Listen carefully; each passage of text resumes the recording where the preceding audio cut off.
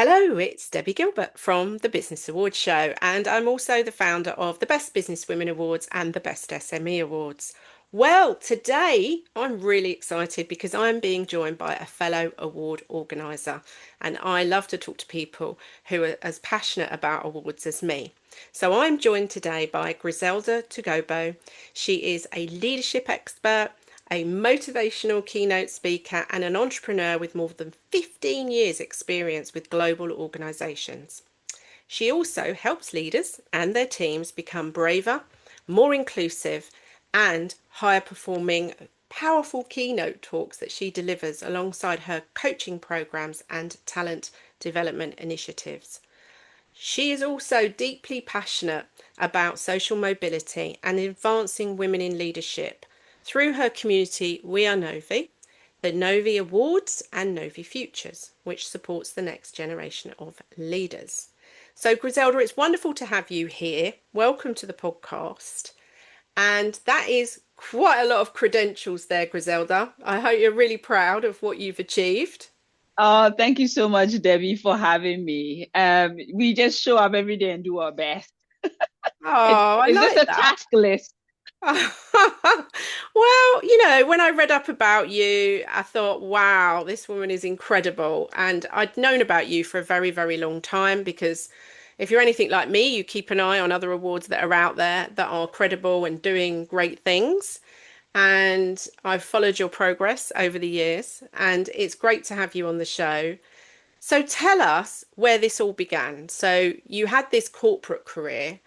And then you obviously set up your own business. So talk us through what decision, that what led you to that decision and where you are today. So talk us through that journey. Yes, so I trained as a chartered accountant doing management consulting with Deloitte. I met a young doctor, got married, and moved to Yorkshire.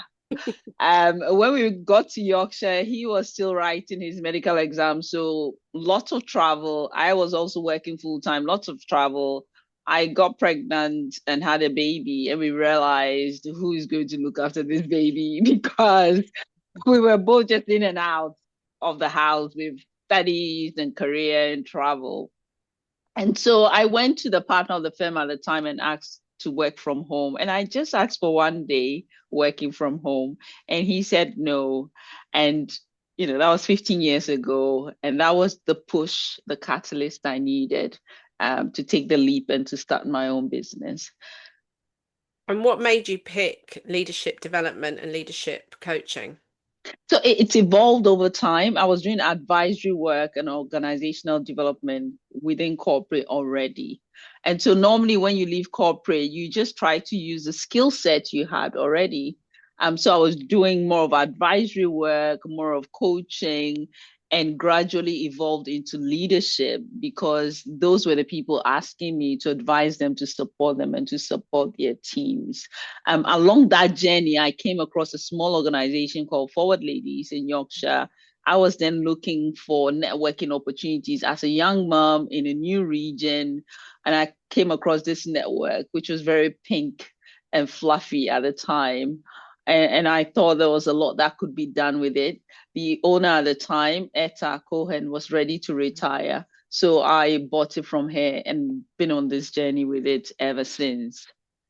That's really interesting. So you bought the business from her. So I'm guessing for you, that gave you a ready-made community in order to build from that. So that was a big Yes, advantage. yes. That's And something I always advise people. You don't have to start everything no. from scratch. I mean, Elon Musk, for all his fame and wealth, never started any of the companies that made him wealthy. He always spotted a good idea and bought it and then made it bigger and better and more commercial for himself. So no, I don't mind starting things from scratch and I don't mind building on what others have done as well. So you rebranded from Forward Ladies to Novi. What was the thought process behind that? And what does it stand for? What does it mean? Yeah, so Forward Ladies has been getting over the years, we get a lot of feedback about the name. It just didn't sit well with some people. Mm. Um, and so some people would even go as far as to say they wouldn't enter awards because it was the Forward Ladies Awards. Mm, And so I knew the name had to change. And also we were doing a lot more corporate work. And mm, within the corporate work, people have to sign off budgets. And when the name Forward Ladies came up for sign off, it triggered a lot of conversations. What organization is this? What do they do? For some reason, people always went with the other meaning of forward rather than mm. just a progressive woman looking forward to do things. So I knew the name had to change, and also I knew I had outgrown the brand.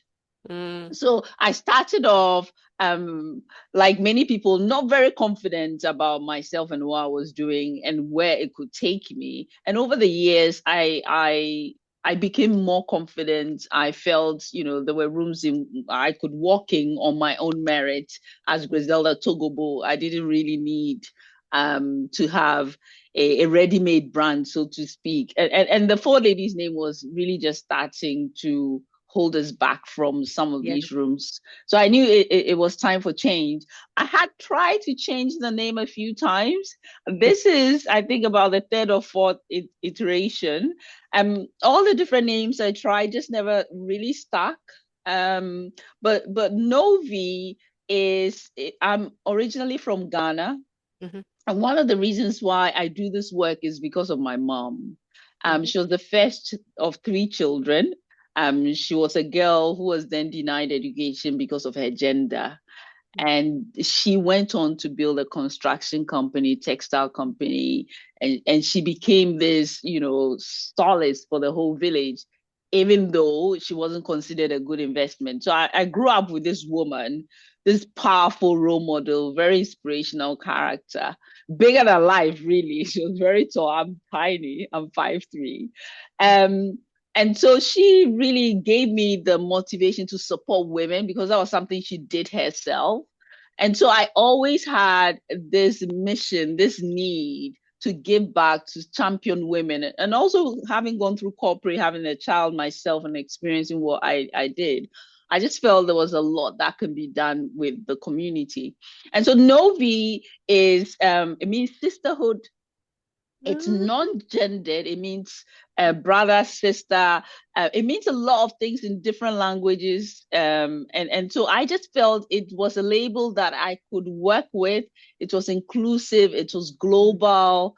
It had my roots in it because it's a word from my language, Ewe, but it also has Swedish and Germanic roots. And for me, it just felt like a word that we could all work with if no one could own it.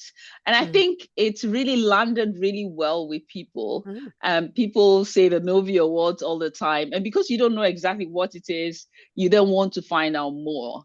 And so the branding has been really well done. I didn't do it all myself. My team did an amazing job pulling the whole brand together. And I'm glad I listened to the Mm. feedback and change as well because we changed right at the time when the narrative around supporting women's initiatives have also changed quite significantly since when I started. So yeah, it's given us new vim, new energy, and people resonate with the name, the brand, and everything we're doing.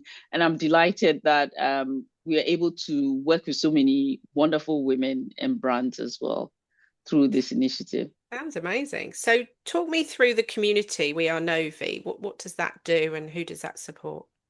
Yeah, so we at Novi supports women who are looking to grow. We have different packages. We have the Trailblazer package for women who have achieved a lot. They have agency, they have employees, but they're also looking for support in terms of accountability, in terms of skill set and expertise. So we have that membership tier for them. Then we have the middle tier, which is the Grow Plan. Those are people who are looking more for an advisory board support. So we meet every month with peers tailored around the industry and stage you are in the business, and you get to work with a coach on this journey as you progress through either your career or your business. And then we have the more wider community membership, which is the virtual membership, where you can join and access all the virtual programming that we do, and you can also get discounts to attend the events that we do in person. So that is what we offer. We want to help women achieve their goals. We want to help women break down barriers, because that's something we can all relate to.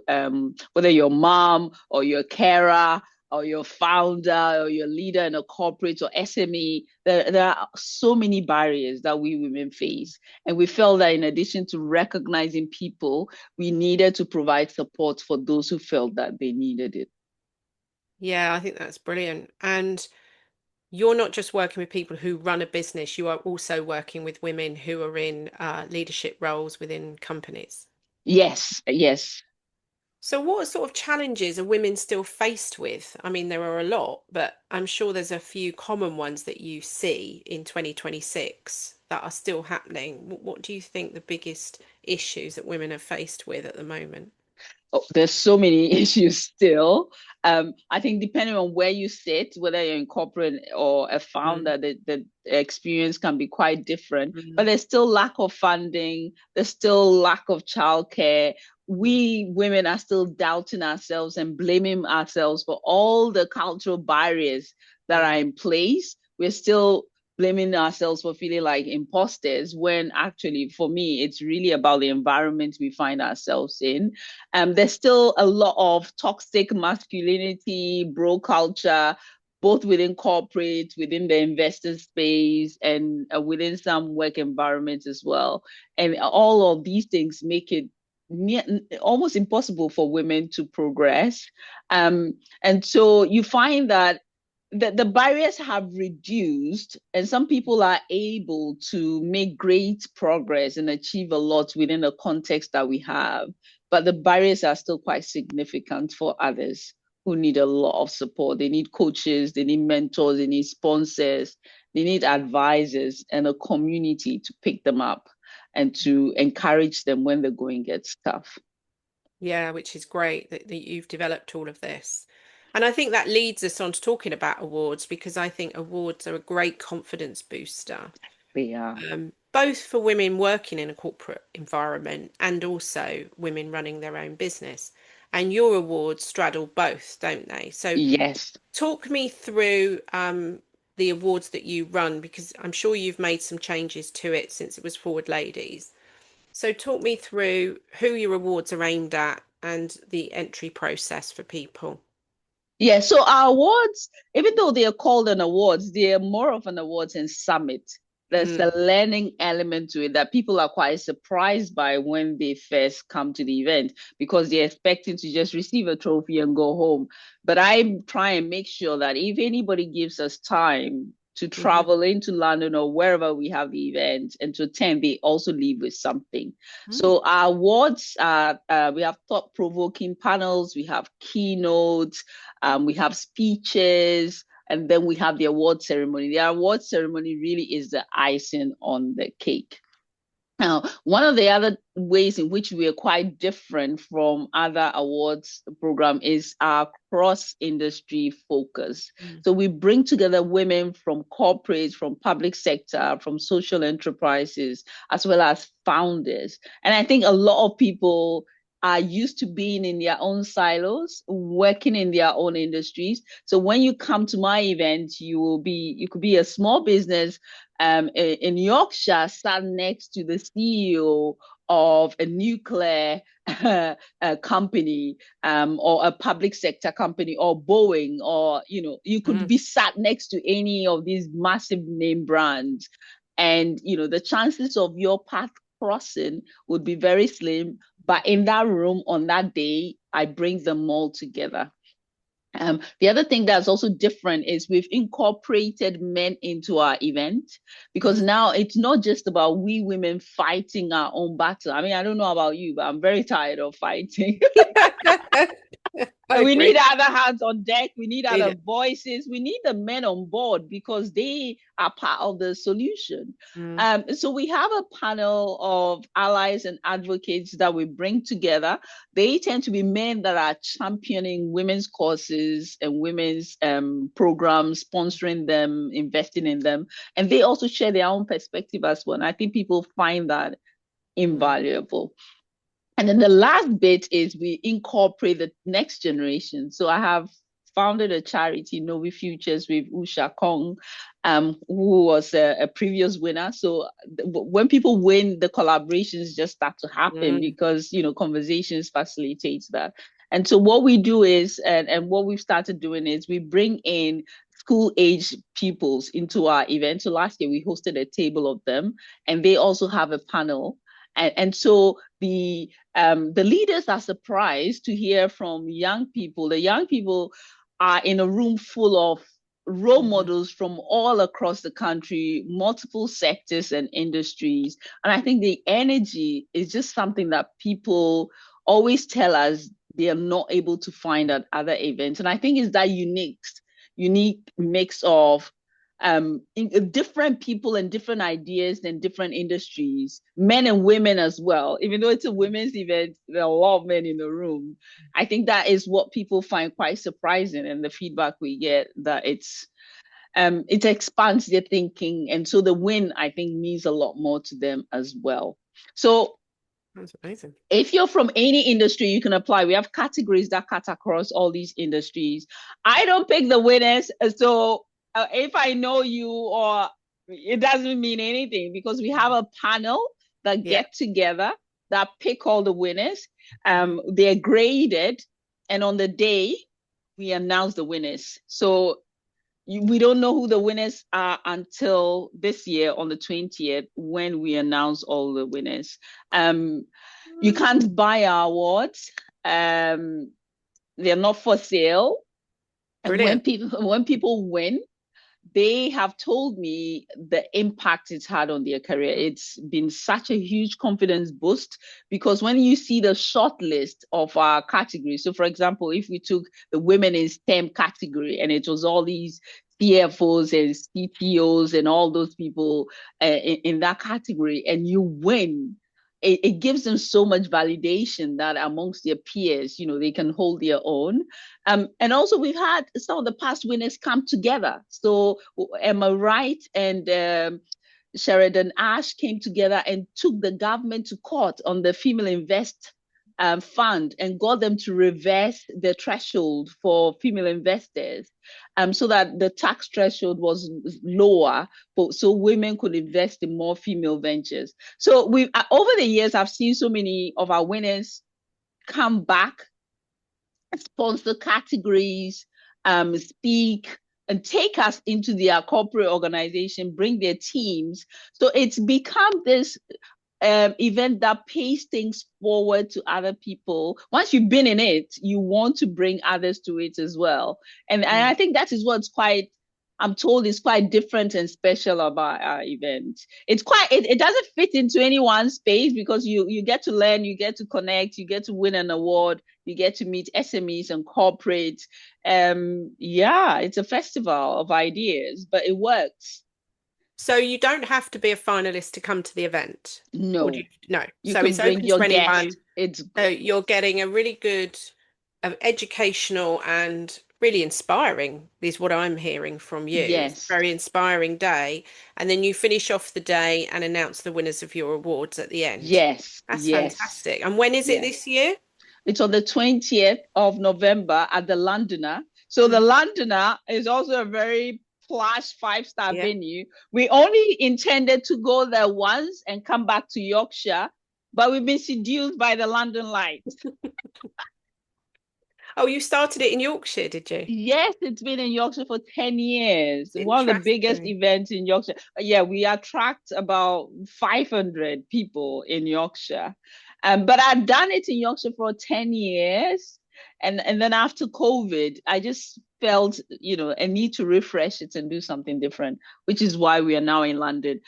But we'll be coming back to Yorkshire certainly at some point.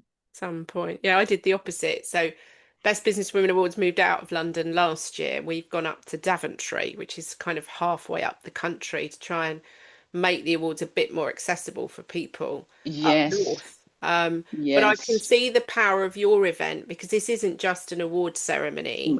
I sound like I'm downplaying my own awards here, and I probably No. am a little bit because ours is a celebration in the evening. It's a party, essentially. But I love the fact that women can come to your event if they're not a finalist for a start off, but if they are actually getting quite a lot of value. And I love the fact you've got this charity, Novi Futures. So let's talk a Yes. little bit more about the charity and who you're helping with that. Yes. So we are helping years 11 to 13. Hmm. Um, Focused around underrepresentation and Hmm. children from challenged backgrounds. Yeah. We work with corporates Hmm. to give them pathways into education, and so we take them into schools. They have an opportunity day, as we call it, so they get exposure to the CEO, they get exposure to the leaders, they get exposure to the jobs that are ready, will be ready for them for the future, and they get mentored. And so we work in partnership with the schools to make this happen for the young people. Again, it's not just focused on girls because the challenge now is both girls and Yeah. boys. Yeah. So we are trying to get our young boys to be confident, to be positive, Mm. and expose them to some really good, positive role models. And we want the girls to continue to also benefit from all the work we've been doing so Mm. that in the future it's equal, there's real equity. You said your event is the dinner event. Ours is a daytime event. So we start drinking from 10 a.m. 10 a.m. I till love that 4 though. p.m. Yeah. Again, No, it's I do around love that. childcare. Yeah. Some And people then, can make even events. yeah. Yes. And then people Yes. can get back at the end of the day anyway, can't they? So they don't have to Yes. stay. No, I love Yes. it. I'm booking a ticket. I'm Oh, going. I'd love to have you. I'd love to. Honestly, I Oh, think God. you before we go on the call, we were talking about just how common event awards are now, and I have gone through many thoughts around, is this still relevant? Do people still need awards? Mm. And I always come to the conclusion that they do. A Mm. few bad nuts don't change the whole thing. No. And we can only keep our own values and Yeah. integrity when we do our awards so that, ultimately we keep serving people and for all the right reasons. Yeah, I mean, I've had other award organisers on the show, Sandra Garlick, who runs the Women Who Awards. You may have heard of her because she's not that far from you. Alex, who runs the Great British Business Awards. Yes. And I I want to talk to award organisers that have that credibility factor because we need to speak up about the bad practices that are going on out there and help educate people to understand, well, what's a real award and what's a fake award? Real awards have a judging panel like you. Real Yeah. awards don't give awards because you sponsor it or because you're a judge. Yes. I've seen that practice going on. And, you know, it's about not having voting. I mean, voting to me is a popularity contest. I don't like that side of it. And if someone nominates you, my understanding with your process is that you will tell that person who's nominated them. So Yes. therefore, the awards out there that are sending people a nomination, which is fake and has been generated by AI. I mean, I could nominate 50 people in 2 seconds flat by uploading a file into ChatGPT and sending out all these emails to people to tell them they've been nominated for my awards, which they haven't because I've made them up. And I just find that whole practice really awful because people get these emails and they get all excited that somebody's nominated them. And I always say, go to the organizer. If they can't tell you who's nominated you, then there's something wrong. So there's a lot of this practice going on. And then the other thing where they're sending people emails and saying, oh, you've won the best marketing agency in Yorkshire. Here's your award.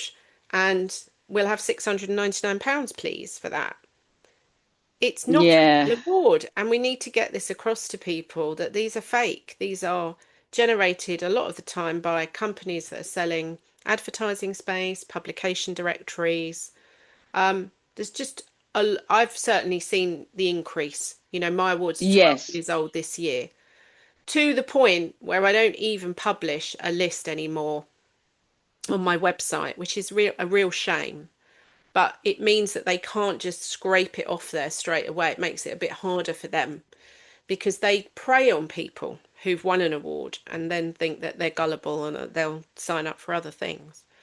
So you are totally on point. And I love the fact that you've created this into a learning experience for people. So to me, that's really valuable to listen to a panel Yes, it's discussion. not. Yes. Yeah. I always feel bad when people buy a ticket to an event, to an award ceremony, and don't win. This is why our event, you don't pay to apply. No. And it's very time consuming process from the nomination to the application to the judging. And depending on the sponsors that we have, we are not able to give away complimentary tickets, something No, we same used as to mine. do in No, the we in can't. the past. We can't do that anymore. So you Mm, have to buy your ticket to attend. Um, and so, we've invested a lot in the process. I will mm, say we have two ways of nominating. We do have an anonymous nomination mm, where people still write mm. down why they are nominating the person, and then we have named nominations. Yeah. We do that because sometimes people do get surprised, and I also once in a while want to nominate someone, and I don't want it to be seen as Griselda nominated this person, so this person has to win. So that is there for that, Yeah. for that reason. I have to also say I have lost sponsors because of the rigid criteria we apply to the winner selection. A sponsor cannot just pick a winner. And No, I no, have no. lost a lot of money over the years because an organization wanted someone to win Mm. and the judges did not agree. No, but you stuck And to your guns, and I'm in the yes, same boat as you. You know, yes, sponsors cannot enter, and there is a handful of sponsors on our judging panel, but they tend to be people who are working with a law firm that we work with, and they have to declare if they know somebody, nine times yes, out of yes, 10. Chinese walls. Yeah, we've never had an issue. And we have another judge, a head judge, that adjudicates all the scoring. So if there was an anomaly, we've had one anomaly once back in 2016, and it's never happened again. Where clearly this judge, who only ever sat on our panel for 1 year, did know somebody and scored it and didn't tell us. But the anomaly was obvious because the scoring was so much higher than the other judges. So it stood out a mile. It was like, wow. So I think if you've got a robust judging process and you can pull out those things, then that makes it a credible awards at the end of the Yes, day because it's won yes. on merit, not because you sponsor it or because you know the organizer or No, you know no. what I mean? Again, It's all a I'm bit. very unpopular because people I know Mm, who apply because they know me I know. are not happy Yeah. when they don't win because they think they will because I know them, but I don't. Which is why I try and distance myself Yeah. from the judging process. I'm involved in the facilitation and the Yeah. conversations, and we grade everything and go through with the highest score. Mm, I have to say that with our awards, some people, if you don't attend our awards, it's very rare that you will win because mm, we give marks for attendance. yeah. It's so unfair for other people to travel. And we have people coming from New York, from Sri Lanka. People travel all over to attend our awards. So for them to be in the room and then someone in Yorkshire decides not to come down, Mm, it's just a bit unfair. And also we have scholarships. We have sponsors who offer a scholarship. So if you can't afford the full ticket, half ticket, or quarter, we work with sponsors to try and help people to yeah. To attend try and help because it's people to all attend. about Yeah. we don't want people to miss out on the opportunity Yeah. to be celebrated Yeah. simply because of cost. Yeah. So you are offering lots of options there. Yes, So yes, let's talk yes, about award entries because, like you, I don't actually get involved in the judging, but obviously I get the phone calls afterwards. Why wasn't I shortlisted? Why didn't I win the gold? You know, all of that. And nine times out of ten, what we've experienced, and I also judge the Stevie Awards, which is a global yeah, business awards for women. I see the same things. And I think when I agreed to be a judge for the Stevies, they are paying $500 to enter. So I was expecting this really high level quality of entries, all the boxes ticked because they're spending so much money on their entry. And they've got the same problems as us, that people just do not answer the questions, fill in the form properly, and submit some really compelling evidence. Do you have that problem with your awards? Yes, the quality of the application is always a problem. And we have worked with the judges in the past to have events to help people just, sell themselves better. Mm. And we also used to have a live in-person event just so the judges can meet the candidates in Mm. person and decide based on not just an application, but also on, the person's presence, on whether they were deserving to win or not. So that there's a problem around how we promote ourselves. Mm. I think people are still hesitant to say all the things they've done and to pull out the numbers, because it's all about the numbers. It's Mm. demonstrating impact and growth. So we have three criteria. So we have the leadership, the commercial impact, then we have the societal impact. So you take one and you say what you've done and demonstrate that with some evidence. It's not onerous, but we want to see that we're comparing like with like. And some people just don't do that. No, They they just don't. don't do that. So again, every year we run a masterclass for Mm. our community to help them just get some help with the application process. And I think there are a lot of service providers as well who help people with the applications. Yeah. But one of our winners, Lara, who won overall businesswoman in the past, she always says when she got our email, she thought, what is it? Is this spam? But then when she sat down and went through the process, the application, she got so much out of it because she has been working flat out, never taking the time to just look back at what she had achieved, how she had achieved it, and who has supported her. And she said that alone from the application process was invaluable to her because it made her realize just how much she had done and achieved, something she would never have done otherwise. So whether she won or not, she's felt she had already gained from the process. And this is what I encourage people to do. It's a useful exercise every year to Definitely. just see how you would promote yourself, how you sell yourself to a new audience, really. Because it helps you to refamiliarize yourself, isn't it, with your work? Well, I want to talk to you about Ruby because Ruby won the Best Businesswomen Awards for Best New Business, very first woman ever Okay. won, going back to, I want to say 2016, 2017. It was quite a long time ago. And she has now won some incredible awards, Incredible awards, including yes. your one for Best Yes. Entrepreneur, I think it was last year, the No, overall she winner. took the top award, Top Businesswoman award, of the yeah, the Year. overall Yes, winner. Yeah. yes, yes, And that to me shows that the journey of awards. So you start with winning a new business award. The yes. very first time when she first started her period knicker business that she has, period underwear Veronica. business. I love that. Amazing. I love her. I think she's amazing. And I've watched her little journey grow, grow, grow into this big journey. And I've watched her. Yeah. And then I listened to her talking to you on your podcast the other day. And I thought that's amazing because to watch that journey and, people say to me often, oh, I've already won an award. Should I enter another one? I've won one a few, awards should be on everybody's radar on a regular basis. What do you think about that? Oh yes, yes. Because we women struggle to shout about ourselves and our own Mm. achievements, and it's good for you to then delegate that to an award organization like ours to do Mm. that for you. So when you win our awards, we are plastering you everywhere on social media. We are inviting you to speak. We are sharing your story. We're interviewing you on podcasts. We're making introductions behind the scenes to help you on your journey.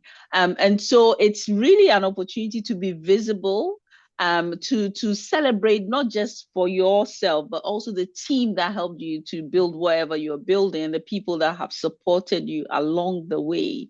And also just to keep those conversations going, because awards are a fantastic networking opportunity. The Mhm. people you get in a room on a single day, you could not get those same people together at any other time. So for any business or career, I just think being involved in any awards at all and being selective about the awards you apply for, because I think sometimes people can't overdo it. You don't have to win every award, No. but you just need to be selective about the awards you apply for. And you do that, you have a rhythm to doing it. You'll be amazed. You might apply. We had one lady who applied maybe 7 years. Every single year she came for 7 years. And then the year that she won, oh my God, it just meant so much to her because she had seen, every year she came, the people who won, she connected with them, she grew her business, she came back, she did better. And Jane, and she had her business is successful mom, so she won the Community Social Impact Award, and she was just such a deserving winner. Because she keeps coming to the award not just for the win, but for everything else that she was getting as a result of being part of the community. So I really encourage people, make the time and get help if you need, but Mm. certainly you can make this year or any other year an award-winning year if you decide to make it one. I love that. What a great sentence to end on. We've had such a great conversation. I've loved talking to you. I love your energy. You are utterly inspiring. And I wish you every success with Novi Awards again this year. You've made something really, really special. And I'm going to be there in November. Oh, I I am love to have coming. you. I'm Yes, coming because it sounds like such yes. a great event and I really want to be part of it. So, if you've been listening to today's episode, we will make sure that Griselda's details are in the show notes and links to her awards and information about how you can enter. Thank you again, Griselda. It's been amazing talking to you. Thank you, I Debbie. wish you continued success. It's the same for you as well. And I'm looking forward to us meeting in person. Thank you.